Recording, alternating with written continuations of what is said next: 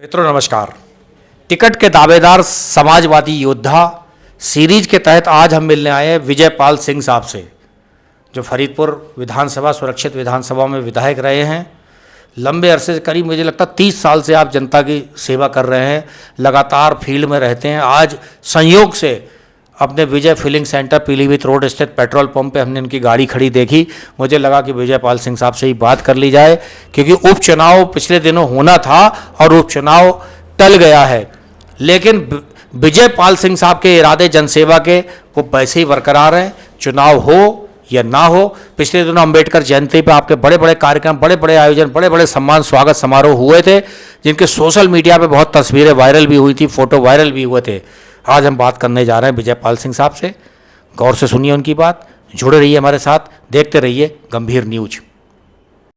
Ticket के दावेदार समाजवादी योद्धा सीरीज के तहत आज हम मिलने आए हैं विजयपाल सिंह साहब से, जो बरेली की फरीदपुर विधानसभा से बहुत तेज तर्रार नेताओं में गिने जाते हैं समाजवादी पार्टी के। सर, हमारे दर्शक आपको देख रहे हैं, जानना चाहेंगे, उपचुनाव होने थे, डॉक्टर श्याम बिहारी लाल भाजपा विधायक के निधन के बाद नहीं हो पाए, लेकिन आप लगातार, मैं देख रहा हूँ, विधानसभा के गांव-गांव में घूम रहे हैं। क्या रिएक्शन आ रहा है? एक तरफ कहा जा रहा है कि साहब हमने राम मंदिर का मसला हल कर दिया, हमने कश्मीर का मसला हल कर दिया, हमने विदेश में बहुत हमारा डंका गूंजने लगा है। आपको कैसी तस्वीर नज़र आ रही है विजयपाल जी? उपचुनाव से भारतीय जनता पार्टी घबरा गई। 3 उपचुनाव होने थे, एक घोसी विधानसभा, दूसरा दुधी, तीसरा फरीदपुर।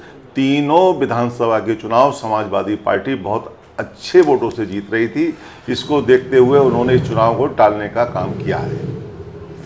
सर, आप विधानसभा क्षेत्रों में जा रहे हैं, कैसा माहौल लग रहा है? लोगों को अब तो राशन भी घर बैठे मिला, पहले 40 करोड़ मिलता था, कभी अब तो 80 करोड़ बताने लोगों को मिल रहा है। मकान भी बन रहे हैं, बेटियों की शादी भी उत्तर प्रदेश की सरकार अपने खर्चे पर करा रही है। लोग तो बहुत खुश हैं, बल्ले बल्ले हो रही है। लेकिन आप कैसे तस्वीर देख रहे हैं इस समय? गांव में सबसे ज़्यादा किसान परेशान हैं। किसान के लिए अपनी फसल का सही भाव नहीं मिल पा रहा है। अभी जो धान की फसल बिकी है वो 1400-1500 रुपये कुंटल धान बिका है, और उसमें किसान की लागत भी नहीं लौटी है। किसान धान की फसल करके बहुत घाटे में जा चुका है। अब गेहूं की फसल तैयार हुई है, जो गवर्नमेंट ने सेंटर खोले हैं गेहूं के, वहाँ गेहूं की तुलाई नहीं हो रही, कि कट्टे नहीं है, कहीं कुछ नहीं है, टाल देते, और मार्केट में 2100 रुपये गेहूँ बेच के किसान मजबूर है बेचने के लिए। और दूसरा, बेरोजगारी चरम सीमा पे पहुंच चुकी है। घर घर में युवा युवती बेरोजगार बैठे हुए हैं, पढ़ाई लिखाई का उनके लिए रोजगार नहीं मिल रहा है। सबसे बड़ा रोजगार की समस्या उत्तर प्रदेश के अंदर, और गांव में सबसे बड़ी समस्या गाय और सांड की, जिससे किसान बहुत ज़्यादा परेशान है और भयभीत भी है। विधायक जी, नौजवानों को आपके हिसाब से रोजगार नहीं मिल रहे हैं, लेकिन खामोश बैठे हैं। व्यापार के हिसाब से लगता है कि ऑनलाइन व्यापार जो तेज़ी से बढ़ रहा है, लोगों को सहूलियत हो रही, बटन दबाओ, घर बैठे सामान आता है ब्लिंकिट से और तमाम कंपनियों से। तो खुदरा व्यापारी, जो थोक व्यापारी हैं, रिटेल व्यापारी हैं, को लग रहा है कि आपको उनका भविष्य कैसा लग रहा है? ऑनलाइन व्यापार से जो हमारे व्यापारी हैं, छोटे व्यापारी हैं, मीडियम व्यापारी हैं, उच्च व्यापारी, इन सब के लिए घाटा हो रहा है। उनके यहाँ से माल नहीं, सीधे सीधे जो कंपनियां वो सीधा सप्लाई करने का काम कर रही हैं, जिससे हमारे देश के जो व्यापारी हैं वो ज़्यादा, और छोटा व्यापारी बहुत ज़्यादा परेशान है, खुदरा व्यापारी। विधायक जी, स्मार्ट सिटी बन चुका है, मेरे ख्याल में कई 100 करोड़ रुपया बरेली के विकास पर खर्च हो चुका है, करीब 1000 करोड़ रुपया और खर्च होने वाला है। बरेली तो स्मार्ट सिटी बन चुका है, सड़कें चमक रही हूँ, इतना रुपया जिस शहर में खर्च हो। आप कैसे देखते हैं बरेली स्मार्ट सिटी को? किस नजर? स्मार्ट सिटी, अभी 10 दिन पहले सैटेलाइट बस स्टैंड, जो बरेली का सबसे महत्वपूर्ण चौराहा है, वहाँ नाला खुदा हुआ था, उसमें एक युवक गिर गया और उसकी डेथ हो गई, और उसकी बॉडी ढूंढने में 3 दिन प्रशासन को लगे थे। ये स्मार्ट सिटी का नज़ारा है बरेली का।